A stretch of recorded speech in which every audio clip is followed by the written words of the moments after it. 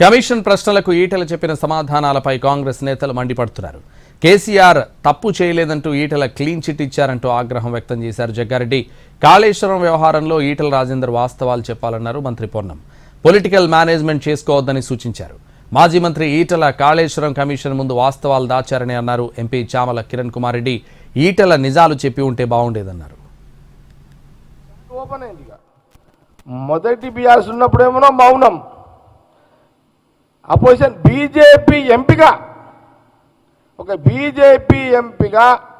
ఈరోజు ఈటెల రాజేందర్ గారు కేసీఆర్ గారు క్లీన్ చిట్ ఇచ్చేసేసాడు. ఈయన ఎలాంటి అవినీతి చెయ్యలేదు అని చెప్పాడు. నేను ఇప్పుడు కిషన్ రెడ్డి గారిని అడుగుతున్నా.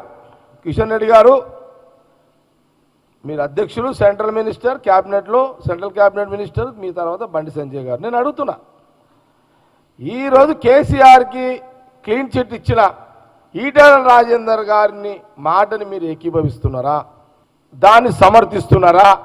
ప్రాజెక్టుకు సంబంధించినటువంటి ప్రతి అంశం మీద జరిగినటువంటి వాస్తవాన్ని గతంలో అధికారులు చెప్పినాయి, మిగతా వివిధ ఏజెన్సీస్ చెప్పినటువంటి దాన్ని దృష్టిలో పెట్టుకొని ఫ్యాక్ట్స్ చెప్పాలని డిమాండ్ చేస్తున్నా. మళ్ళీ పొలిటికల్ ఏదైతే మేనేజ్మెంట్ చేసుకొని అందరూ ఒకటే విధానంగా పోయేటువంటి ప్రయత్నం జరిగితే తప్పకుండా అటువంటి అంశాలను కూడా ఘోష్ కమిటీ గుర్తించి సరైనటువంటి నివేదిక ఇస్తుందని ఆకాంక్షిస్తాము. అందుకే బీజేపీ టీఆర్ఎస్ పార్టీ ముందు నుంచి కూడా కొంత అలైన్మెంట్ ఉందనేటువంటిది చాలా స్పష్టంగా చెప్తారు. ఇటీవల మా పీసీసీ ప్రెసిడెంట్ గారు స్పష్టంగా ఒక మాట చెప్పినారు. హరీష్ రావు గారికి ఈటెల రాజేందర్ గారికి సమావేశం జరిగింది, నా దగ్గర ఆధారాలు ఉన్నాయని చెప్పినారు.